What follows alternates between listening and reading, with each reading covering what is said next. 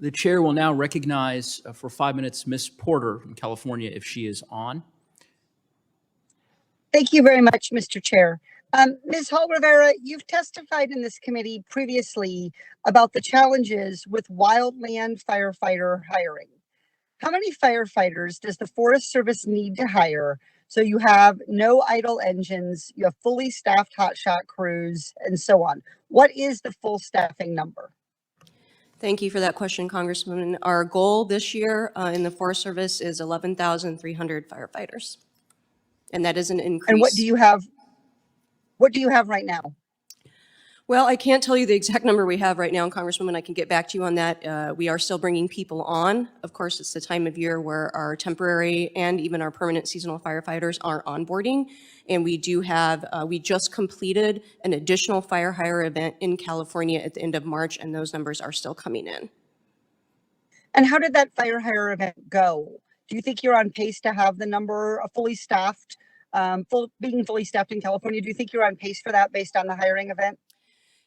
Congressman, yes, I do think we are on pace. And by all accounts, that hiring event went very well. And importantly, what we're seeing is a very high acceptance rate in our permanent and seasonally permanent firefighting positions, which is what we want. We want to be able to convert this workforce to have more or a larger proportion of it be permanent and a smaller proportion of it be temporary. You know, we are in the same boat as a lot of sectors in this country where hiring is difficult and labor is short. But by all accounts, these events are going well, and we think that we will be at the capacity that we need in the Forest Service this year. That's really great to hear because, as you know, last year, about according to the National Federation of Federal Employees, about 30% of the federal hotshot crews that worked on the front lines of wildfires in California were understaffed. Last year, the Forest Service had 60 fire engines in California alone that were idle because of understaffing. So I'm very heartened to hear a concrete number, a concrete goal for what full staffing looks like. The fact that in general, recognizing that everybody faces labor challenges, and in general, you feel like hiring is going well. And I'm hoping to see that a year from now in the outcome. I'm hoping to have a number of idle engines and the number of partially staffed, unstaffed crews go down. If you don't hit that target, and I really appreciate again you giving that number, where do you get the people power when you don't have enough firefighters? What happens?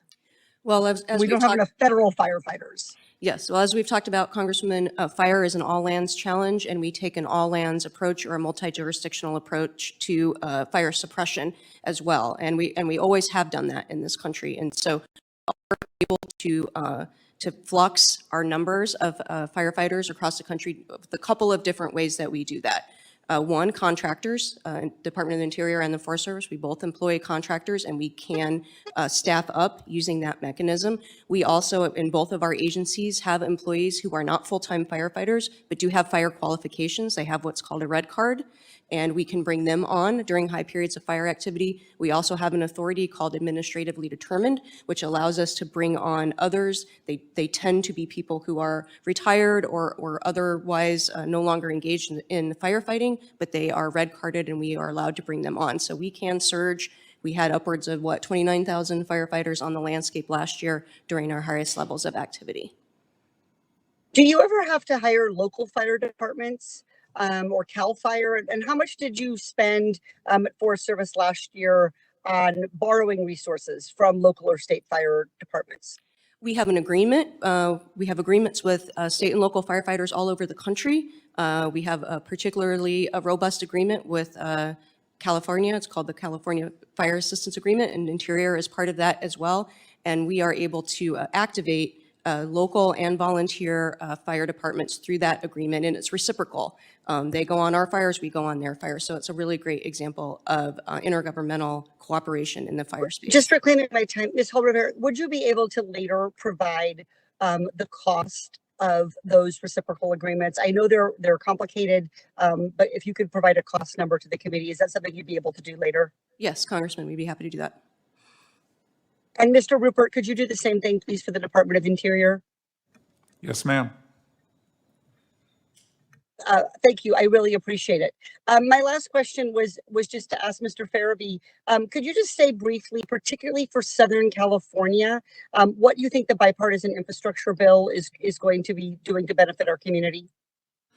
Yes, thank you for the question, Congresswoman. So, our strategy is really looking at critical fire sheds that is based on a lot of fire history, as well as ignition sources and vegetative communities. And the intent of that is really to mitigate exposure to communities like those in Southern California.